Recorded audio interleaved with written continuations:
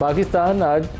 Board of peace का बाकायदा रुकन बन गया और डेवोस के अंदर पाकिस्तानी वज़ीर आज़म ने अमरीकी सदर के साथ बैठकर डॉक्यूमेंट के ऊपर दस्तखत कर दिए। ना सिर्फ पाकिस्तान ने बल्कि वो जो 8 मुस्लिम कंट्रीज़ का एक ब्लॉक बना था जिसने गज़ा में पीस प्रोसेस के हवाले से यूएस प्रेसिडेंट के उस प्लान को इंडोर्स किया था, जिसमें सऊदी अरब भी शामिल है, तुर्की भी शामिल है, कतर भी शामिल है, इंडोनेशिया भी शामिल है। वो तमाम ममालिक ने इस प्रोसेस को सपोर्ट किया और गुज़श्ता रोज़ फॉरेन मिनिस्टर्स के एक बयान ने तौसीक कर दी कि अपने अपने कवानीन के तहत वो इस प्रोसेस को सपोर्ट करेंगे। एक इंटरेस्टिंग सिचुएशन डेवलप हुई आज जब वो शहबाज शरीफ ट्रंप के साथ बैठे हुए थे। तो पहले तो उन्होंने कानों के अंदर कुछ सरगोशियाँ की जो आमतौर पर इंटरनेशनल लेवल पे बहुत ही कम देखने को मिलती हैं, लेकिन वो सरगोशियों के बाद उन्होंने सामने बैठे हुए जो मेहमान थे उसके अंदर फील्ड मार्शल भी मौजूद थे, तो उनकी तरफ इशारे से ट्रंप साहब को बताया और ट्रंप साहब ने फिर अच्छे ग्रीटिंग्स एक्सचेंज की, वहीं से बैठे हुए कुछ जेस्चर्स एक्सचेंज हुए और स्माइल्स एक्सचेंज हुई। तो पाकिस्तान को एक अच्छा मुकाम अल्लाह ताला ने दिया है। गो कि मेरे अपनी ज़ाती राय में जिस जगह पे हम बैठे हुए हैं यहाँ चैलेंजेस ज़्यादा हैं, तो हमें हर एक कदम फूंक कर रखना चाहिए और जो भी फ़ैसला करें बड़ा सोच समझ के रखना चाहिए। लेकिन इंटरनेशनल फोरम पे अमरीकी सदर के साथ वज़ीर आज़म का मौजूद होना और हाज़रीन के अंदर मेरा ख़्याल है अकेले पाकिस्तान के आर्मी चीफ़ ही होंगे। शायद पाकिस्तान का वो जो एक हाइब्रिड मॉडल है उसका तकाज़ा है कि वज़ीर आज़म से ज़्यादा पाकिस्तान में फील्ड मार्शल का वज़न है। अदरवाइज़ मेरा ख्याल है बाकी मुल्कों से या फॉरेन मिनिस्टर्स हैं या उनके प्राइम मिनिस्टर्स हैं, लेकिन पाकिस्तान के आर्मी चीफ़ भी उस इवेंट में मौजूद थे। आगे करना क्या है इस बोर्ड ऑफ पीस ने, वो बज़ाते ख़ुद एक चैलेंज होगा। इसका चार्टर अभी फुली पब्लिक नहीं किया गया। गज़ा में पीस प्रोसेस के हवाले से ये आगाज़ करेंगे, बाद में क्या करेंगे, क्या यूएन का मुतबादल बनेगा, यूएन तकसीम होगा या नहीं होगा। बाज़ जो यूरोपियन यूनियन के ममालिक हैं वो इसकी तकसीम का हिस्सा बन चुके हैं, जैसे जर्मनी और फ्रांस जो है वो एक साइड पे खड़े हैं। अगर ग्रीनलैंड का मसला कुछ टेढ़ी शक्ल इख्तियार करता है, गो लगता है कि उसके अंदर कुछ पेशरफ्त हुई है, ट्रंप को वहाँ पर ऑफ़र किया गया नेटो की जानिब से कि आप यहाँ फ़ौजी अड्डा बनाना चाहते हैं, मिज़ाइल सिस्टम लगाना चाहते हैं, वो गोल्डन डोम बनाना चाहते हैं, आप बनाएं, आपको किसने रोका है, लेकिन कब्ज़े वाला ख्याल निकाल दें जिससे यूरोप और नेटो तकसीम हो जाएगा। लगता यह है कि शायद गुड सेंस प्रवेल कर जाए, लेकिन ट्रंप साहब बहुत अनप्रेडिक्टेबल आदमी है। इसी तरीके से ईरानियन इशू के ऊपर वो कह रहे हैं कि वो बातचीत करेंगे, लेकिन साथ ही जितनी खबरें आ रही हैं वो ये ज़ाहिर कर रही हैं कि ईरान के इर्द गिर्द जितने फ़ौजी अड्डे अमेरिका के मौजूद हैं उसके ऊपर बहुत तेज़ी के साथ अनप्रेसिडेंटेड बिल्डअप हो रहा है। उसका मकसद क्या ईरान को दबाव में लाना है या उसका मकसद दोबारा से अटैक करना है, उसके मतलब भी हम सिर्फ क्या सराई कर सकते हैं यकीन से बताना काफ़ी मुश्किल है। अमेरिका को इस वक्त कोई भी दुनिया में मत्था लगाने के लिए तैयार नहीं है और शायद इस पोजीशन में भी नहीं है। 750 के करीब अमेरिका के फ़ौजी अड्डे हैं पूरी दुनिया में और वो अपने वज़न से ही गिरेगा, शायद दूसरा उसको कोई गिराने की कोशिश ना करे। खुद यूरोप के अंदर शायद 40 के करीब उसके फ़ौजी बेसिस मौजूद हैं इस वक्त। तो आज के प्रोग्राम का आगाज़ हम इसी इशू से करेंगे। स्टूडियोज़ में मौजूद हैं बिलाल अज़हर क्यानी साहब, वज़ीर ममलकत ख़जाना के। बिलाल साहब वेरी वार्म वेलकम। इसके अलावा सेनेटर हुमायूं महमद साहब हमें ज्वाइन करेंगे। लेकिन आगाज़ हम कर रहे हैं प्रोग्राम का सरदार मसूद ख़ान से, जो पाकिस्तान के नामवर सफ़ीर भी और पाकिस्तान में आज़ाद कश्मीर के साबिक़ सदर भी। सरदार मसूद ख़ान साहब आपको वेलकम भी करता हूँ और आप ही से तज्ज़िया चाहूँगा, इस बोर्ड ऑफ पीस में पाकिस्तान का बैठना, उसकी क्या अहमियत है और इसका रोल क्या होगा? देखिए, ख़ुद आपने तारुफ़ में ज़िक्र कर दिया कि पाकिस्तान दूसरे इस्लामी ममालिक के साथ इस बोर्ड में शामिल हुआ है और ये वो 8 ममालिक हैं जिन्होंने गुज़श्ता बरस सितंबर में सदर ट्रंप से मुलाकात की थी और उनसे अपील की थी कि आप गज़ा में जंगबंदी करवाएं। तो सदर ट्रंप ने जो है पहले से भी उनकी तैयारी थी, लेकिन उसके बाद उन्होंने इनकी सलाह को संजीदगी से लिया और 20 नुकाती फार्मूला जारी किया। तो उसके बाद जो है उसकी शक्ल बनती रही। ये आहिस्ता आहिस्ता जो है स्टीव विटकॉफ और जो मिस्टर कुशनर हैं जो उनके ब्रदर इन लॉ हैं इसके ऊपर काम करते रहे और जो अब नया एक ढांचा बना है, 3 टियर स्ट्रक्चर इसका बना है, जिसमें बोर्ड ऑफ पीस है, एग्जीक्यूटिव बोर्ड है और एक एडमिनिस्ट्रेशन के लिए ढांचा है। ये एडमिनिस्ट्रेशन का जो ढांचा है उसे फ़लस्तीनी उसे जो है चलाएँगे। तो इसमें यह है कि पाकिस्तान की एक बड़ी कामयाबी है, ख़ुद आपने भी अपने तारुफ़ी जुमलों में कहा कामयाबी है, क्योंकि जिस किस्म के ताल्लुक़ात हमारे बढ़ रहे थे गुज़श्ता बरस से अमेरिका के साथ और फिर उसके बाद दूसरे खलीजी रियासतों के साथ, तो इस इर्तिक़ा की रोशनी में हम पीछे नहीं हट सकते थे। यानी ये ज़रूर है कि इसमें जो है जो भी लोग शामिल हुए हैं वो पता नहीं इसके मकासद जो है पूरे तरीके से पूरे कर सकेंगे या नहीं, क्योंकि पाकिस्तान का हमेशा से ये उसूली मौक़िफ़ रहा है कि फ़लस्तीन को एक ख़ुद मुख्तार रियासत के तौर पर तस्लीम किया जाए, यानी इसराइल में कायम किया जाए, यानी सिर्फ कहा ना जाए, तस्लीम ना किया जाए, बल्कि जो उसे अमलन कायम किया जाए। तो पाकिस्तान ने अपने आप को रिंग फेंस किया एक तरीके से मैं समझता हूँ, और उसने जो है अपना जो है रिस्क प्रीमियम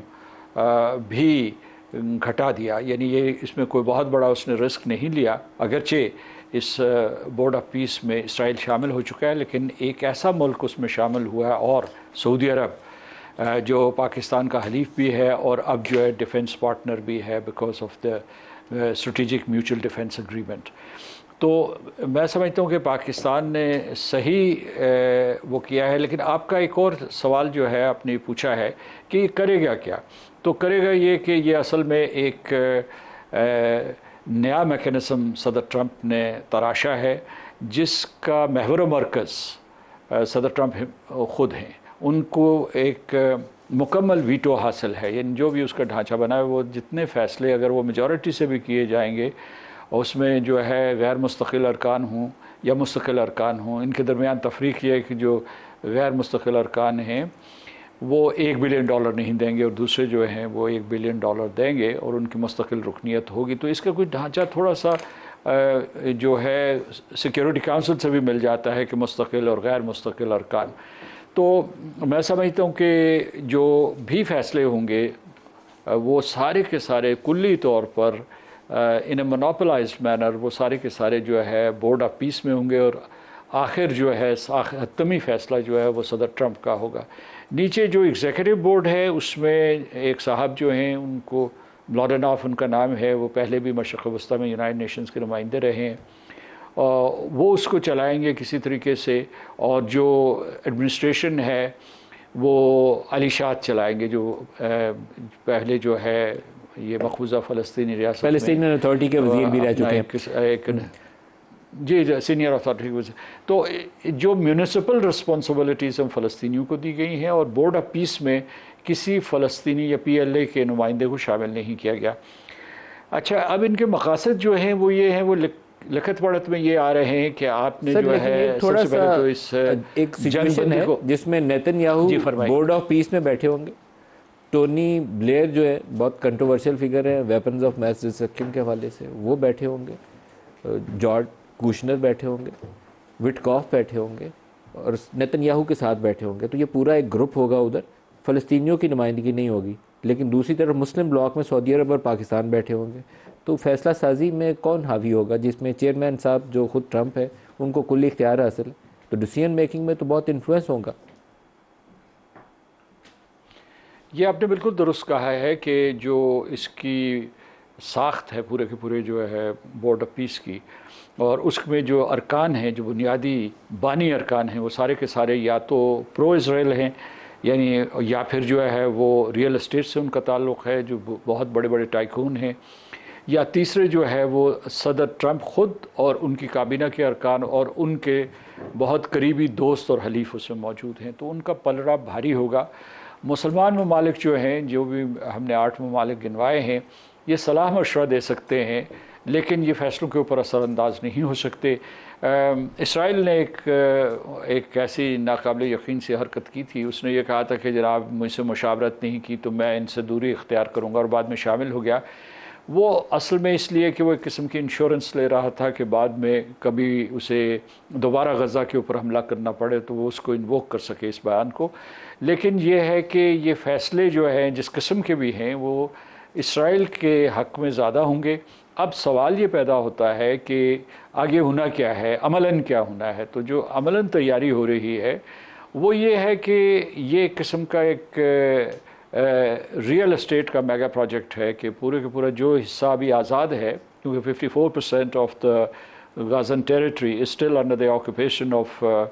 इसराइल, उसकी इजरायली फोर्सेस वहाँ मौजूद हैं। जो बाकी आज़ाद इलाका, आज़ाद तो आप उसे भी नहीं कह सकते, उसमें जो है तामीर नौ का सिलसिला शुरू होगा और उसमें बड़े बड़े टाइकून्स जो है, रियल एस्टेट टाइकून्स जो है उसमें इन्वॉल्व हो रहे हैं। लेकिन उससे गज़ा के लोगों को क्या फ़ायदा होगा? लेकिन गज़ा के लोग कत्लेआम जेनोसाइड से तंग आए हुए हैं कि वो इन इस इम्परफेक्ट सिचुएशन के साथ भी समझौता तैयार हो गए जहनी तौर पर कि किसी तरीके से कुछ तो बिलाल कैनी साहब से भी इस पे राय लेते हैं। जिंदगी के मामूलात बहाल काफ़ी ट्रिकी सिचुएशन है, आपको इम्पोर्टेंस मिली है, इंटरनेशनल फोरम पे आप बैठे हैं, लेकिन जितनी बटी हुई हमें दुनिया नज़र आती है इस वक्त, उसमें हर कदम जो है वो आपको नाप तोल के रखना पड़ेगा। कौन सा अगली मूव चलनी है उसके ऊपर भी बहुत सोच विचार करना चाहिए। जी बिस्मिल्लाहिर्रहमानिर्रहीम। नदीम साहब बहुत शुक्रिया जी अपने शो में दावत देने का। देखिए नदीम साहब, मैं आपकी आखिरी इस जुमले से इत्तफ़ाक़ करता हूँ और मेरा ख़्याल है कि कोई भी इस बात में शक नहीं है कि आज तक हम मौजूदा हुकूमत ने और हमारी जो पॉलिटिकल और सिविलियन लीडरशिप है और जो मिलिट्री लीडरशिप है, जिस तरीके से हमने भारत की मुसल्लत करदा जंग लड़ी और जीती, और उससे पहले और उसके दौरान और उसके बाद जो सफारती महाज पर जिस तरीके से हमने अपने आप को कंडक्ट किया, I think it couldn't have been better. और आई थिंक हम में से कोई भी शायद इतनी तवक्को नहीं करता था जितनी हमें सफारती महाज पर कामयाबियाँ और स्ट्रेंथनिंग नज़र आई है, जिसमें हमने पिछले साल के अंदर आप अपनी सारी स्ट्रेटेजिक पार्टनरशिप्स देख लें, हर किसी के अंदर एक ही वक्त में स्ट्रेंथनिंग आपको नज़र आई है, चाहे वो अमेरिका, चाइना, मिडल ईस्ट हो, सऊदी इन पर्टिकुलर, सेंट्रल एशियन स्टेट्स हो, टर्की हो, बांग्लादेश हो। तो पाकिस्तान ने अपने आप को इस इवॉल्विंग ग्लोबल इन्वायरमेंट में समझदारी से, मैच्योरिटी से और प्रोएक्टिव तरीके से कंडक्ट किया है, तो तभी हमें हमारी ये जगह इंटरनेशनल प्लेटफॉर्म्स पे और ग्लोबल डिप्लोमेटिक प्लेटफॉर्म्स पे बनी है। तो देखिए आज भी ये जो डेवलपमेंट है, देखिए बुनियादी तौर पे पाकिस्तान ने ये कहा, और आपने देखा कि परसों भी जो स्टेटमेंट रिलीज़ हुई पाकिस्तान की मिनिस्ट्री ऑफ फॉरेन अफेयर्स की तरफ से, उसमें वाज़े तौर पर बुनियादी तौर पर हमने यही मकसद बताया कि इस बोर्ड ऑफ पीस को ज्वाइन करने का मकसद ये है कि हम अपना किरदार जारी रखें गाज़ा पीस प्लान की इम्प्लीमेंटेशन के लिए। और उसमें आपने देखा है कि हमारा जो मौक़िफ़ है गाज़ा के हवाले से वो वही है जो पहले था, जिसमें हम वाज़े तौर पे कहते आए हैं कि we want, Pakistan has always wanted and still wants an independent, sovereign and contiguous state of Palestine with pre 1967 borders. और उसमें इस पे भी बुनियादी तौर पे ये तीन चीज़ों पर जोर था कि गज़ा के अंदर ह्यूमैनिटेरियन एड इस बोर्ड ऑफ पीस के ऑपरेशनलाइजेशन के नतीजे में बढ़े, परमानेंट सीज़ फायर और रिकन्स्ट्रक्शन हो गज़ा की। तो मेरे ख्याल से इस हवाले से आज जब इस बोर्ड ऑफ पीस का लॉन्च हुआ है, तो वहाँ पे बिलखुसूस जो जैरेड कुशनर की स्पीच थी, उसमें आगे एक 100 दिन के प्लान का जिक्र किया गया, जिसमें इन तीनों चीज़ों का जिक्र हुआ है कि ह्यूमैनिटेरियन एड को भी रैंप अप करना है, एसेंशियल इंफ्रास्ट्रक्चर जिसमें बिजली, पानी और सीवरेज गज़ा का है, उसकी रिहेबिलिटेशन, और आखिर में बिल्डिंग्स की रिकन्स्ट्रक्शन, बिलखसूस अस्पतालों की और बेकरियों की और खाने के लिए जो बिल्डिंग्स हैं। तो देखिए इस हवाले से तो अगर गज़ा में एक और आगे फिर एक टेक्नोक्रेटिक सेटअप जो फ़िलिस्तीनी लेड टेक्नोक्रेटिक सेटअप जो फ़िलिस्तीन में गवर्नमेंट चलाएगा, तो देखिए अगर गज़ा के अंदर ये रिकन्स्ट्रक्शन होती है, एड पहुंचती है, मुस्तकिल सतह पर पीस होता है, और जो हमारा मकसद रहा है फ़िलिस्तीनी अवाम के हक़ के लिए आवाज़ बनना और जंग लड़ना, और अगर इस तरह के फ़ोरम पे शमूलियत इख्तियार करके हम अपना किरदार जारी रख सकते हैं जो हमने पहले भी अदा किया है, तो मेरा ख्याल है जी this should be I think इसमें फिर हमारा मकसद इसमें इस तरह के फ़ोरम में शामिल होने का पूरा होगा। एक बात मैं मुख्तसरन ज़रूर करना चाहूँगा कि, और ये एम्फसाइज़ करनी ज़रूरी है, चूँकि बात हो रही थी कॉम्पोजिशन की बोर्ड ऑफ पीस की और किसका क्या किरदार है, तो यकीनन इसमें हमारे काफ़ी सारे दोस्त ममालिक और मुसलमान दोस्त ममालिक इसमें शामिल हैं, जिसमें सऊदी अरेबिया भी है, टर्की भी है, इसमें यूएई भी है, इसके अलावा इजिप्ट, जॉर्डन, कतर और बहरीन भी हैं, इंडोनेशिया भी है, मोरक्को भी का पूरा ब्लॉक शामिल है जिन्होंने ट्रम्प के प्लान तो देखिए और मेरे ख्याल से इस बिलखसूस गज़ा के हवाले से इस तरह के प्लेटफॉर्म की लेजिटिमेसी भी या उसकी जो इम्पार्शियलिटी है वो भी इस तरह के ममालिक, मुसलमान ममालिक की शमूलियत से ही आई थिंक उसको वज़न मज़ीद मिलेगा। तो इसीलिए मेरे ख्याल से आगे भी आज एक प्रॉमिसिंग स्टार्ट है, और आगे भी हम उम्मीद करते हैं कि मुसलमान ममालिक की प्रेजेंस इंश्योर करेगी कि आगे प्रोग्रेस भी उसी तरीके से इंशाल्लाह।